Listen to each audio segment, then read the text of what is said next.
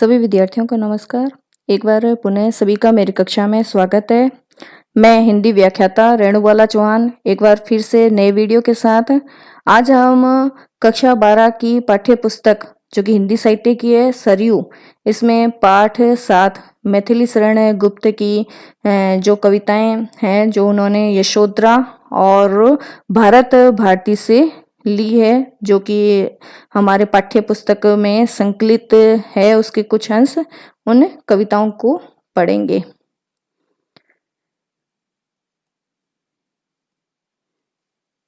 उन कविताओं की व्याख्या करने से पहले हम मैथिली शरण गुप्त के बारे में थोड़ा सा जान लेते हैं। मैथिली शरण गुप्त, इनका जन्म 1886 ईस्वी में और मृत्यु 1964 ईस्वी में हुई है और इनका जन्म चीरगांव जो कि जिला झांसी है और उत्तर प्रदेश में पड़ता है। इनका जो मूल नाम है वो मिथिलाधीप नंदनी शरण है और इनके पिता का नाम सेठ रामचरण गुरु और इनके जो काव्य गुरु है वो महावीर प्रसाद द्विवेदी माने जाते हैं।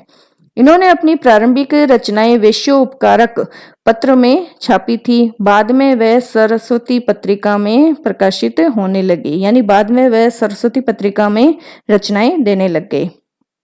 तथा द्विवेदी जी जो कि सरस्वती पत्रिका के संपादक थे, जो कि भारतीय जो कवि हैं उनको हिंदी में खड़ी बोली में लिखने के लिए प्रेरित करते थे। तो मैथिली शरण गुप्त है वो द्विवेदी जी की प्रेरणा से खड़ी बोली में रचना करने लग गए थे। इनकी कविताओं में राष्ट्रीयता, स्वदेश प्रेम, युगीन चेतना, भारतीय संस्कृति की छाप दिखाई देती है। ये द्विवेदी युग के प्रमुख कवि हैं। इनकी रचनाएं हैं, प्रमुख जो रचनाएं मानी जाती है वो है भारत भारती, साकेत, पंचवटी, यशोधरा, जयद्रथ वध, द्वापर, जय भारत, विष्णुप्रिया आदि।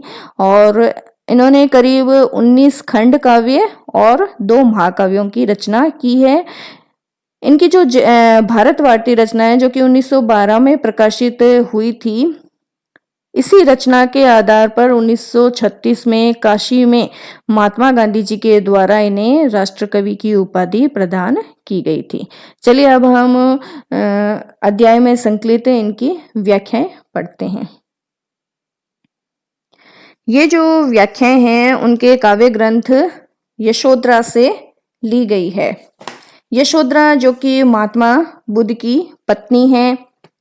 एक दिन महात्मा बुद्ध वैराग्य के लिए या फिर ज्ञान प्राप्ति के लिए, केवल्य के लिए घर त्याग देते हैं और वो भी यशोधरा से बिना पूछे चोरी चोरी चले जाते हैं। जब यशोधरा को इस बात का पता चलता है तो वो मन में बहुत दुखी होती है, उनको बहुत ही आघात पहुंचता है, क्योंकि वो ये मानती है कि मैं वो पत्नी हूँ।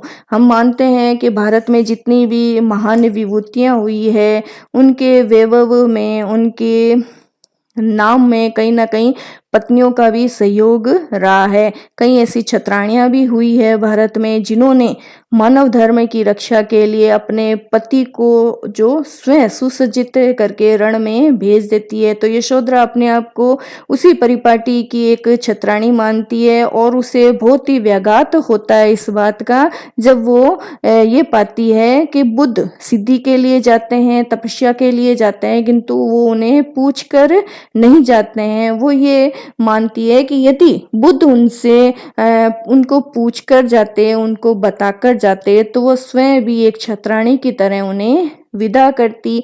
तो ये जो पूरे पद्यांश है जो कि यशोधरा नामक इनके काव्य ग्रंथ से संकलित है, इनमें जो यशोधरा की वही व्यथा यहाँ पर प्रकट हो रही है। तो पढ़ते हैं हम इसे कि सिद्धि हेतु स्वामी गए ये गौरव की बात पर चोरी चोरी गए यही बड़ा व्याघात, सखी वे मुझसे कहकर जाते। अपनी एक सखी को अपनी यही व्यथा प्रकट करते हुए यशोधरा कह रही है कि सिद्धि हेतु स्वामी गए ये गौरव की बात, कि ये तो बहुत गौरव की बात है, ये बहुत अच्छी बात है कि जो मेरे स्वामी हैं वो सिद्धि प्राप्त करने के लिए गए हैं, ज्ञान प्राप्त करने के लिए गए हैं, पर चोरी चोरी गए यही बड़ा व्याघात, सखी वह मुझसे कहकर जाते। पर यहाँ पर वो दुख प्रकट करते हुए कह रही है कि वो मुझे बताकर जाते, वो चोरी चोरी गए हैं, यही मेरे लिए कष्टकारी है, यही मेरे मन को अच्छा नहीं लग रहा है। सखी काश वो मुझे बताकर जाते, मुझसे कहकर जाते। कह तो क्या मुझको वे अपनी पथ बाधा ही पाते, यदि वो मुझे कह देते तो मैं स्वयं उनको भेज देती। इसका तात्पर्य तो ये हुआ कि क्या वो मुझे अपने पथ की, अपने तपस्या के मार्ग की, जिस मार्ग में वह चल रहे हैं, जो तपस्या वह करना चाहते हैं, जो वो प्राप्त करना चाहते हैं, उसमें क्या वो मुझे अपनी बाधा मानते हैं। मुझको बहुत उन्होंने माना, फिर भी क्या पूरा पहचाना, मैंने उसी को है जाना, जो वह मन में लाते सखी वह मुझसे कहकर जाते। यहाँ पर यशोधरा दुख व्यक्त करते हुए कह रहे हैं कि हालांकि उन्होंने मुझे बहुत माना, कभी भी मेरे किसी भी बात की उन्होंने उपेक्षा नहीं की है, मेरी हर बात को उन्होंने सम्मान दिया है, फिर भी क्या पूरा पहचाना। पर आज ऐसा लग रहा है कि उन्होंने मुझे तो कभी पहचाना ही नहीं। यदि वो मुझे पहचानते तो इस तरह से चोरी चोरी नहीं जाते, वो मुझे बताकर जाते, क्योंकि मैं कभी भी उनको जाने से, सिद्धि प्राप्त करने से रोकती नहीं। मैंने मुख्य उसी को जाना जो है मन में वो लाते, मैंने हमेशा उन्हीं को ही मुख्य माना है। जो भी वो अपने मन में विचार लाते थे, जो भी वो सोचते थे, मैं हमेशा उनके साथ रहती थी। मैंने उन विचारों को अपनाया है, उनकी बात को माना है। सखी वह मुझसे कहकर जाते, पर सखी कितना अच्छा होता यदि वह मुझसे कहकर जाते। तो ये जो पूरी पंक्तियां हैं, इसमें यशोधरा की मार्मिक व्यथा का चित्रण हुआ है। अनुप्रास अलंकार तो है ही, और खड़ी बोली का यहाँ पर प्रयोग हुआ है। अगले पद्यांश की तरफ बढ़ते हैं। इसमें जो है, ये वाली जो पंक्तियां हैं, इसमें यशोधरा ने भारत की अतीत की गौरवशाली जो परंपरा है उसका वर्णन किया है कि यहाँ की जो छत्राणियां हैं, जितनी भी वीरांगनाएं हुई है, उसी छात्र धर्म के नाते वो किस तरह से अपने पति को स्वयं भेज देती थी, उसका यहाँ पर वर्णन हुआ है कि स्वयं सुसज्जित करके क्षण में प्रियतम को प्राणों के प्रण में हम ही भेज देती रण में, छात्र धर्म के नाते। यशोधरा अपनी सखी से कहती है कि हम क्या हैं, क्षत्राणियां हैं। क्षत्राणियां क्या होती है कि मानव धर्म की, छात्र धर्म क्या होता है, मानव धर्म की रक्षा के लिए, मानव के हित में किए जाने वाले कार्यों की रक्षा के लिए, जिस तरह से हम देखते हैं कि प्राचीन भारत में भी हम देखते हैं कि हमारे अतीत में ये परिपाटी चली आ रही है कि यहाँ की वीरांगनाएं, यहाँ की जो छत्राणियां होती है, वो स्वयं अपने पति को युद्ध में भेज देती है। तो मैं भी वो एक छत्राणी हूँ, स्वयं सुसज्जित करके क्षण में प्रियतम को प्राणों के प्रण में, जब स्वदेश रक्षा के लिए युद्ध का आह्वान होता है, तो हम स्वयं अपने प्रिय पतियों को अस्त्र शस्त्र से सजाकर युद्ध भूमि के लिए विदा करती है। उसमें थोड़ा सा भी हम विलंब नहीं करती हैं। युद्ध भूमि में प्राणों का बाजार सजा होता है, हम ही भेज देती रण में। उस प्राणों के बाजार में हम अपने पतियों को खुद सुसज्जित करते उस रण क्षेत्र में हम भेज देती हैं। मैं भी ऐसी एक छत्राणी हूँ। सखी वह मुझसे कहकर के जाते, पर हे सखी वह मुझसे कहकर जाते, हुआ ना वह भी भाग्य अभागा। अब अपने भाग्य को कोसते हुए कहती है, मेरा भाग्य भी अभागा निकला। यानी मैं जो छत्राणी हूँ, मैं उसका पालन करना चाहती थी, उसी परिपाटी का पालन करना चाहती थी, किंतु वह भी मुझे प्राप्त नहीं हुआ। किस पर विफल गर्व अब जागा। अब मैं किस बात पर गर्व करूं, जिसने अपनाया था त्यागा रहे, स्मरण ही आते सखी वह मुझसे कहकर जाते। जिन्होंने मुझे अपनी एक सहधर्मिणी के रूप में अपनाया था, जिस बुद्ध ने अपनी धर्मणी के रूप में मुझे अपनाया था, आज उन्हीं ने त्याग दिया है। अब तो बस उनकी मधुर स्मृतियां ही मुझे आ रही है। हे सखी वह मुझसे कहकर जाते। तो इस पूरी पंक्तियों में वही यशोधरा की मार्मिक व्यथा का वर्णन है। यहाँ पर आप देखेंगे कि जो है छत्राणियों की जो है परिपाटी का यहाँ पर वर्णन किया गया है। भाषा सरल है, विषय अनुकूल है और खड़ी बोली का तो इसमें प्रयोग हुआ ही है। अगला पद्यांश है कि नयन उन्हें निष्ठुर कहते, पर इनसे जो आंसू बहते सद हृदय वे कैसे सहते, गए तरसी खाते सखी वे मुझसे कहकर जाते। यहाँ पर यशोधरा कहती है कि हे सखी, नयन उन्हें निष्ठुर कहते, ये जो मेरे नेत्र हैं वो कहते हैं कि तेरे पति जो है निष्ठुर यानी कि निर्दयी हैं, जो कि तुझे चुपचाप छोड़कर चले गए। पर इनसे जो आंसू बहते सदैव हृदय वे कैसे सहते। सदैव का मतलब होता है दयालु, किंतु मेरे इन आंखों से जो निरंतर आंसू बहते तो क्या वो मेरे सदैव हृदय यानी कि मेरे जो दयालु हृदय रखने वाले गौतम बुद्ध है, क्या वो इसे सहन कर पाते।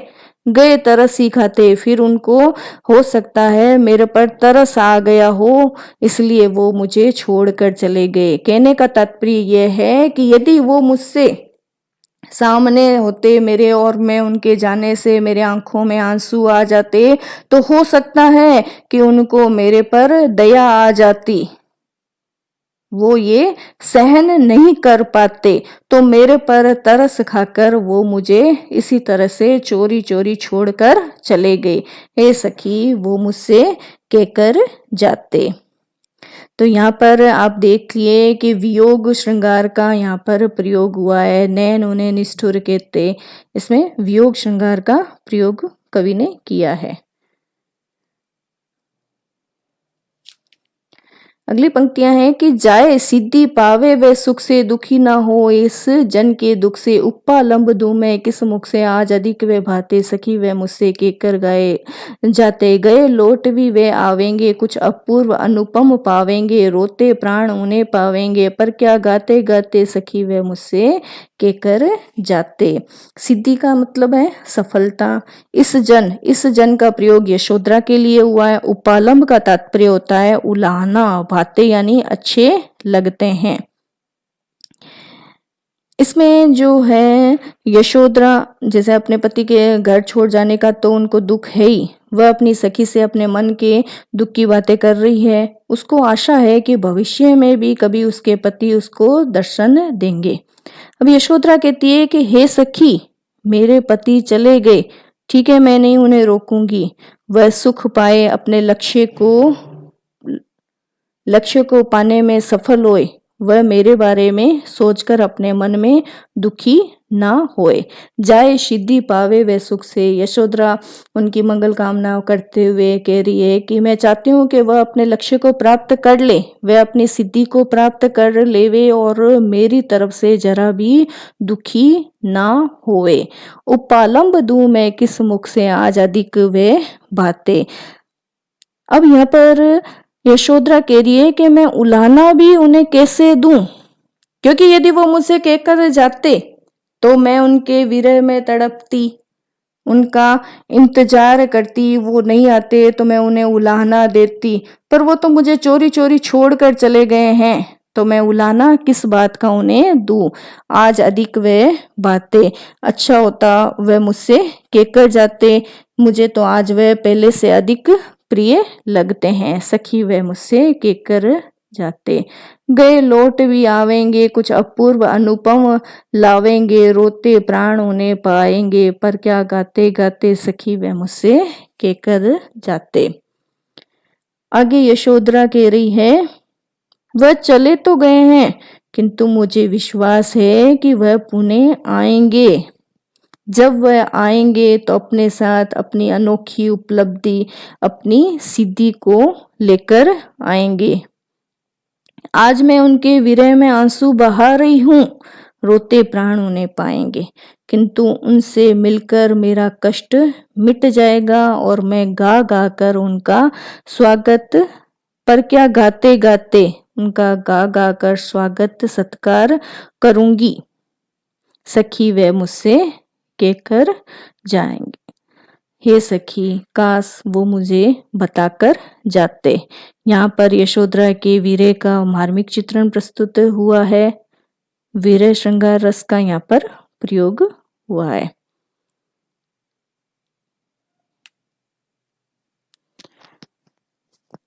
आगे की ये जो पंक्तियां हैं वो इनकी मैथिली शरण गुप्त की भारत भारती ग्रंथ से काव्य रचना से ली गई है। उसके कुछ अंश यहाँ पर दिए गए हैं जिसमें है भारत की श्रेष्ठता। इसमें भारत की भौगोलिक स्थिति के बारे में बताया गया है, यहाँ के निवासियों के बारे में बताया गया है। इसके माध्यम से उनका जो राष्ट्र प्रेम है वो झलक रहा है।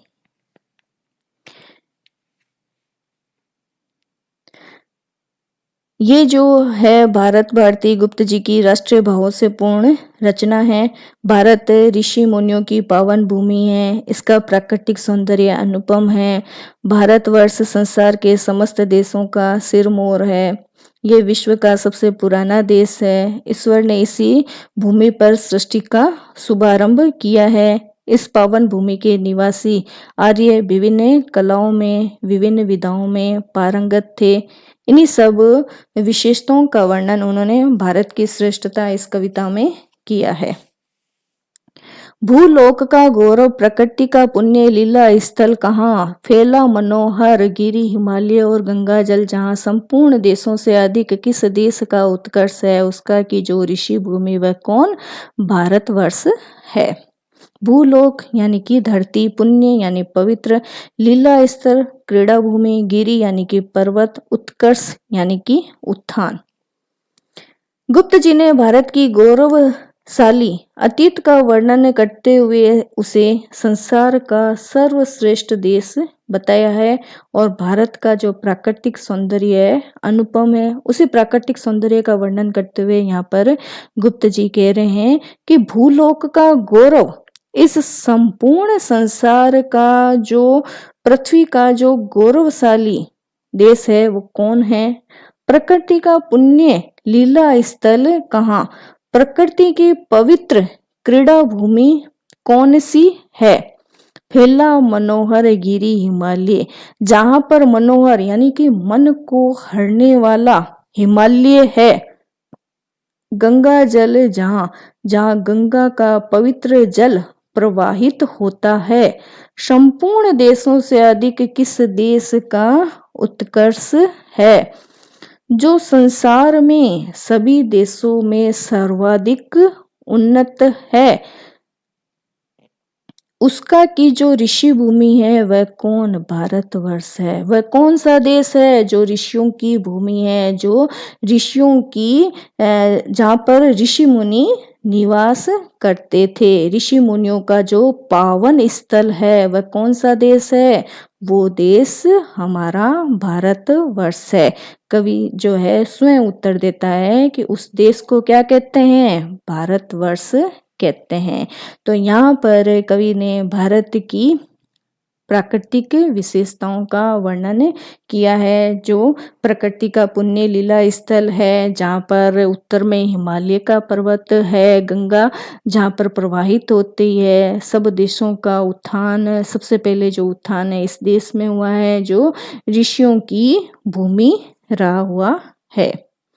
तो यहाँ पर साहित्यिक खड़ी बोली का प्रयोग हुआ है। और ये जैसा कि आपको पता ही है भारत भारती से ये पंक्तियां ली हुई है। इसमें भारत की महिमा का वर्णन किया हुआ है।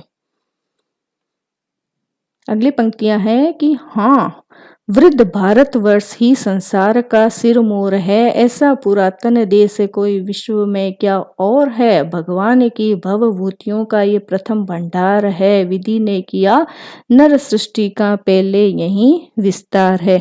पुण्य भूमि, पुण्य भूमि का तात्पर्य होता है पवित्र स्थान। आर्य यानी कि श्रेष्ठ एक जाति। आचार्य यानी शिक्षक, माफ कीजिएगा, भारत सिरमौर, सिरमौर का तात्पर्य होता है जो सर्वश्रेष्ठ होता है।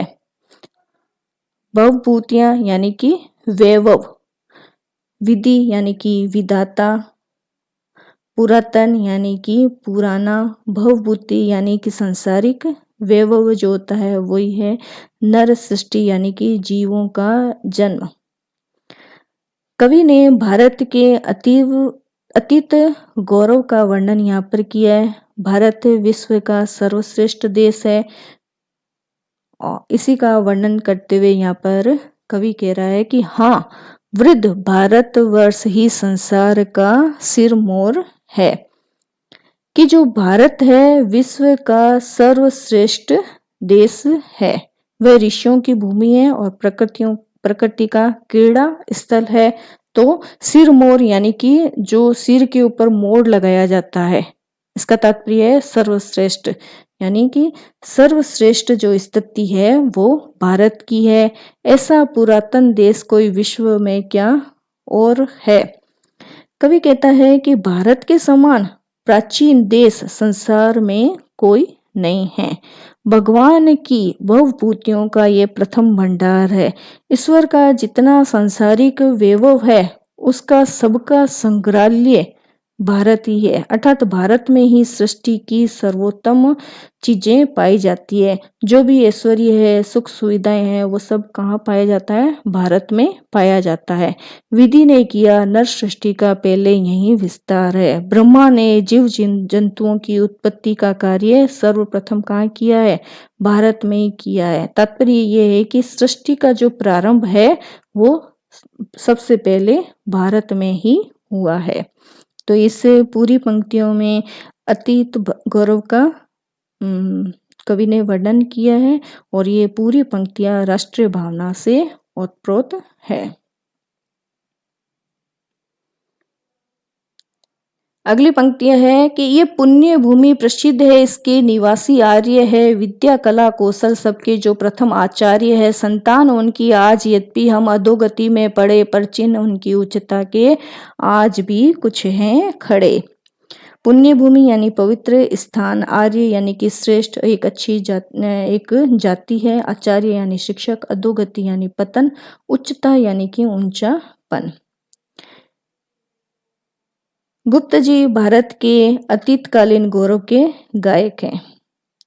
भारत संसार का प्राचीनतम और सर्वश्रेष्ठ देश है और यहाँ के निवासी विद्वान और कला कौशल में दक्ष हैं। इसी का वर्णन करते हुए इन पंक्तियों में कवि कह रहे हैं कि ये पुण्य भूमि प्रसिद्ध है, इनके निवासी आर्य हैं।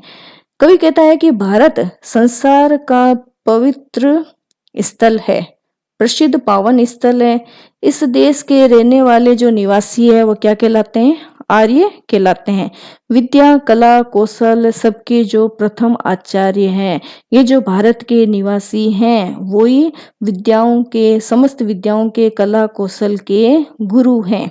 यानी सब जो पूरे विश्व को विद्याओं का अन्य कला कौशल का जो ज्ञान दिया है वो भारत ने ही दिया है। इसीलिए भारत को विश्व का गुरु माना जाता है। संतान उनकी आज यद्यपि हम अधोगति में पड़े।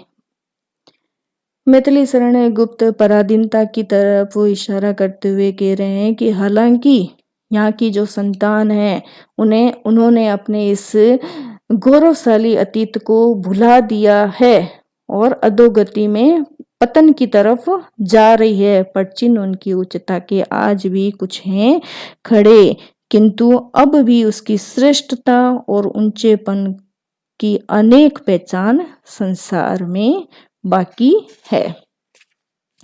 तो इन पंक्तियों में कवि ने भारत तथा उसके निवासियों की श्रेष्ठता का वर्णन किया है। भाषा सरल है। तो विद्यार्थियों, आज मैंने यशोधरा और भारत की श्रेष्ठता कविता की जो पंक्तियां हैं उसकी व्याख्याएं आपको बताई है। आशा करती हूँ वो आपको समझ में आ गई होगी। मेरे इस वीडियो को यदि आपको अच्छा लगा तो आप इसे लाइक करना नहीं भूलिए। एक बार फिर से मुलाकात होगी नए वीडियो के साथ। धन्यवाद।